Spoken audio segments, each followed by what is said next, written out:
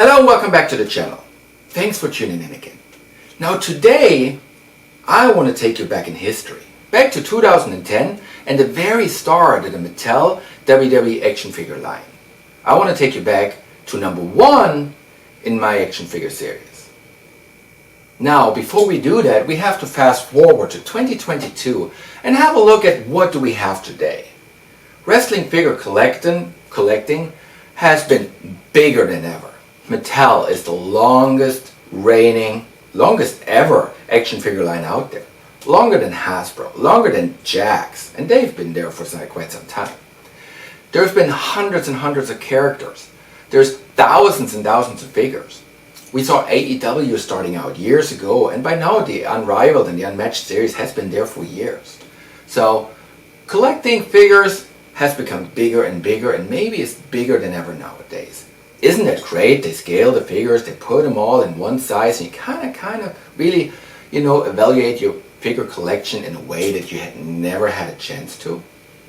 But let's go back to 2010.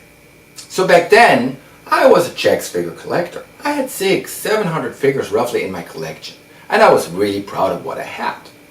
Now when Mattel announced they would do a wrestling figure collection, I was like, I don't know, what do we know Mattel for? Barbies, Hot Wheels, action figures, wrestling, the tough guys? I don't know. But it's the way it goes. You can stop collecting or you can give it a chance.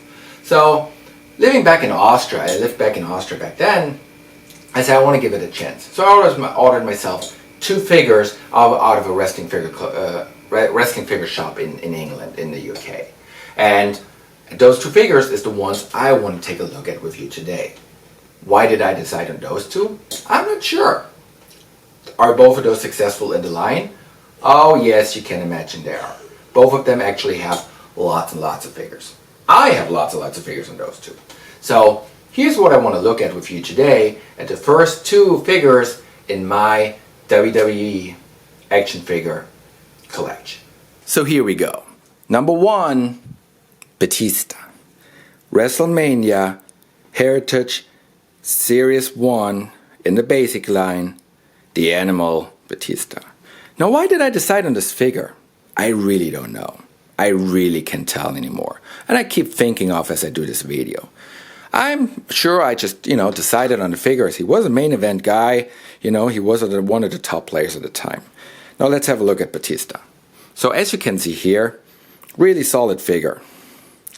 Of course, comes, in the articulation of the basics, the straight upper body, no articulation there, but very nice, the articulation of the arms, of course, the lower body with the kick pads down here. So very nice that. Very nice work on the boots. I really like that. I definitely enjoyed that. Plain black knee pads, and then of course the animal print in the front, and the animal himself on the backside.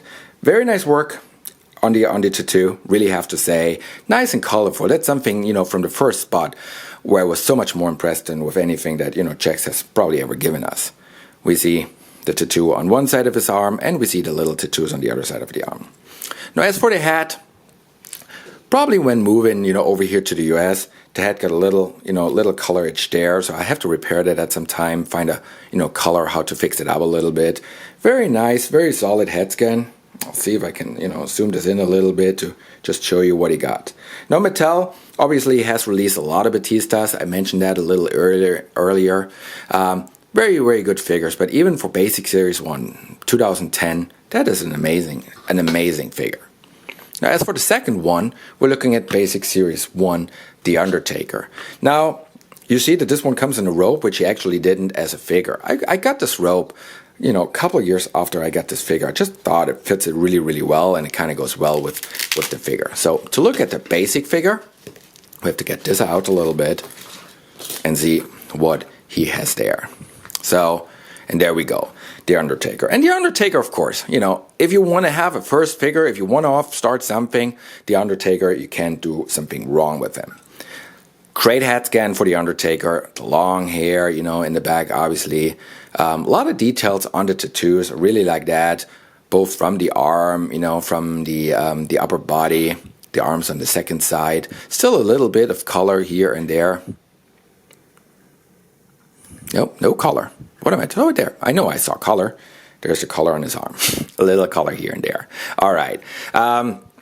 Nice work on the body mold. You know, different molds than Batista had. I know I enjoyed that a little bit. You can see the mold for the way that his you know, he's wearing his costume. And then just slightly, you can see the logos on the side. It's probably not that good to see in this picture and in this video, but overall, same as Batista. Basic articulation, you know, he has the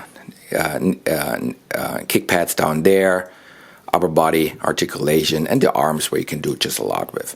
Overall, really solid figure, very nice for Basic Series 1. So, come in dose for Basic Series 1, both Undertaker and Batista, and you see the size difference. Even that, you know, pretty accurate. Batista is a little bit smaller than Batista. I had to look up how much in detail, but really liked what they did there. So overall, very solid figure. Very solid figures, and it really got me intrigued, you know, to have a look at Mattel, have a look at the collection. What I ended up doing is, more and more I would get rid of my Jakks collection, would sell them piece after piece after piece, to what today is a giant Mattel action figure collection. As for those two gentlemen in the picture, there's a lot of Batistas and a lot of Undertakers in my collection, so thanks to those guys, everything I have in that action figure collection is all based on them. Thanks for tuning in again. I hope you liked a little review of Basic Series 1 The Undertaker and Wrestlemania Heritage Basic Series 1 Batista. As always, I appreciate you tuning in. If you liked the video, leave a like, leave your comments below and let me know what you think. Your feedback is more than welcome. Make sure to follow our channel to see more of what is coming up. And as always, I thank you, and I'll see you next time.